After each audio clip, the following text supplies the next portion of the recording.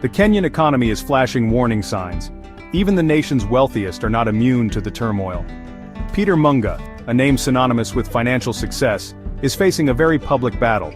The founder of Equity Group, a titan in Kenya's banking sector, is now grappling with the possibility of his assets being auctioned off. This financial distress stems from unpaid loans linked to his macadamia processing company, Equatorial Nut Processors. Munga is not alone. Patrick Wainaina, a former member of parliament, is also caught in a similar predicament.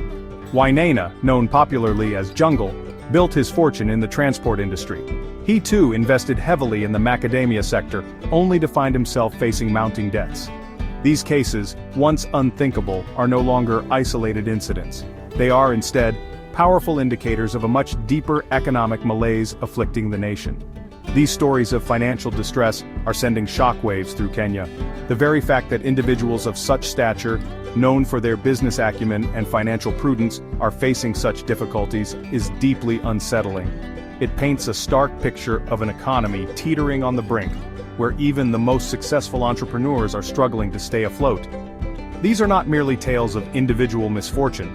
They are harbingers of a broader economic crisis engulfing the nation. The financial woes of these tycoons serve as a potent symbol of the challenges permeating all levels of Kenyan society. The struggles of Kenya's elite are merely the tip of the iceberg. A closer look reveals an economy grappling with a multitude of challenges. Businesses, both large and small, find themselves starved for capital, unable to secure the necessary funds to operate and expand. This severe capital drought is a direct consequence of a toxic cocktail of economic ills.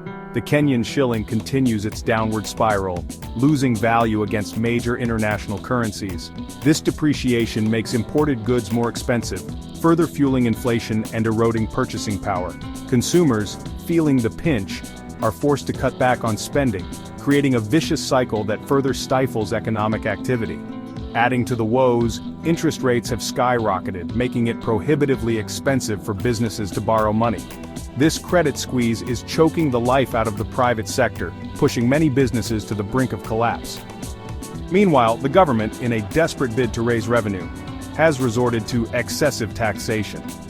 Businesses already struggling are being squeezed from all sides, further eroding their ability to survive, let alone thrive.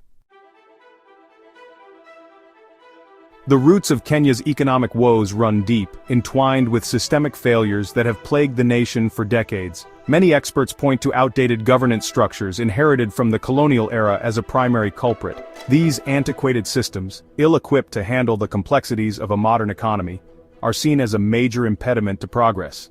President Ruto's administration, recognizing the urgent need for change, has embarked on an ambitious reform agenda.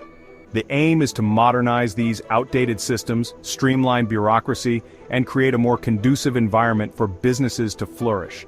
However, the path to reform is rarely smooth. The government's efforts have been met with resistance, with some quarters accusing the administration of not doing enough, while others outrightly oppose the proposed changes. This blame game and lack of unity are counterproductive and only serve to exacerbate the situation. What Kenya needs now is not finger-pointing but a collective effort to pull the nation out of this economic quagmire.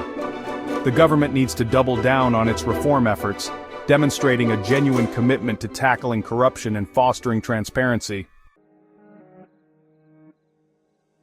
The narrative surrounding Kenya's economy can still change. This is not the time for despair but for decisive action. The responsibility lies not just with the government but with every citizen.